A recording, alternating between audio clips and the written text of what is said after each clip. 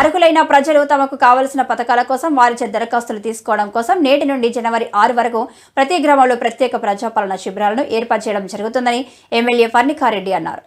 నారాయణపేట జిల్లా కేంద్రంలోని 19వ వార్డులో ప్రజాపాలన కార్యక్రమాన్ని ఎమ్మెల్యే చిట్టెం పర్ణికారెడ్డి ప్రారంభించారు. ఈ సందర్భంగా ఆమె మాట్లాడుతూ ఎన్నికల్లో ఇచ్చిన 6 గ్యారంటీల పథకాలలో భాగంగా రాష్ట్ర ప్రభుత్వం మొదటి 5 పథకాలు అమలు కోసం ఏర్పాటు చేసింది.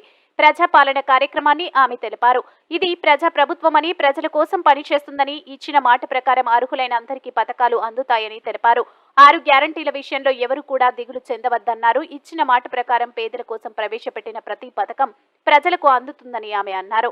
ఈ కార్యక్రమంలో నారాయణపేట మున్సిపల్ చైర్మన్ అనసూయ, స్థానిక కౌన్సిలర్ సరిత, ఇతర నాయకులు, కార్యకర్తలు, అధికారులు పాల్గొన్నారు. ఎన్నికల ముందు ఇప్పుడు ప్రజాపాలన ముఖ్యమంత్రి గారి సందేశం. అందరికీ నమస్కారం.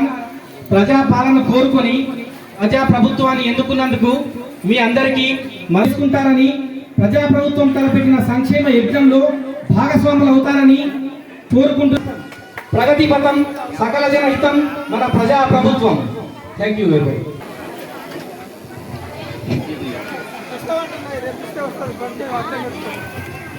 ప్రజాపాలన కింద అభయహస్తం ఏవైతే మన 5 గ్యారెంటీలు ముందైతే అమలు చేయడానికి అని చెప్పి మీ దరఖాస్తులు తీసుకోవడం జరుగుతుంది.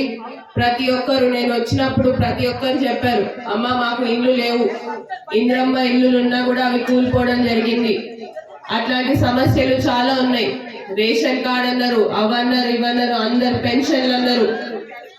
అన్నిటికీ కూడా ఒకటే దరఖాస్తు. కాబట్టి మీరందరూ కూడా జాగ్రత్తగా ఆ దరఖాస్తు ఫామ్ అనేది నింపాలని కూడా తెలియజేస్తున్నా. ఏడైనా మీకు కొంచెమైనా డౌట్ ఉన్నా, ఏ డౌట్ ఉన్నా కూడా తీర్చడానికి అధికారులు ఇక్కడ ఉంటారు. అధికారులని సహాయం తీసుకోండి. వాళ్ళకి డౌట్ ఉన్నప్పుడల్లా మీరు అధికారుల సహాయం తీసుకొని దాన్ని బట్టే ఫామ్ అనేది కూడా ఫిల్ చేయాలనేది కూడా మీ అందరికీ తెలియజేస్తున్నాను.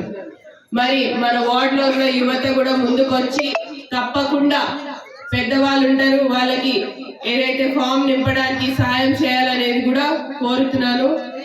ఆ ఫామ్ లో ఏదైతే Aadhaar card, ration card attach చేయాల్సి ఉంటుంది. మీ అందరికి తెలుసు ఇప్పటికే.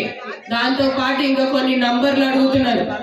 ఆ నంబర్లు కూడా మీరు తెలుసుకొని, ఒకవేళ ఈరోజు కుదరకపోతే మళ్ళీ రేపు కూడా వచ్చి ఆ దరఖాస్తు ఫామ్ అనేది కూడా ఇవ్వచ్చు ఇక్కడ.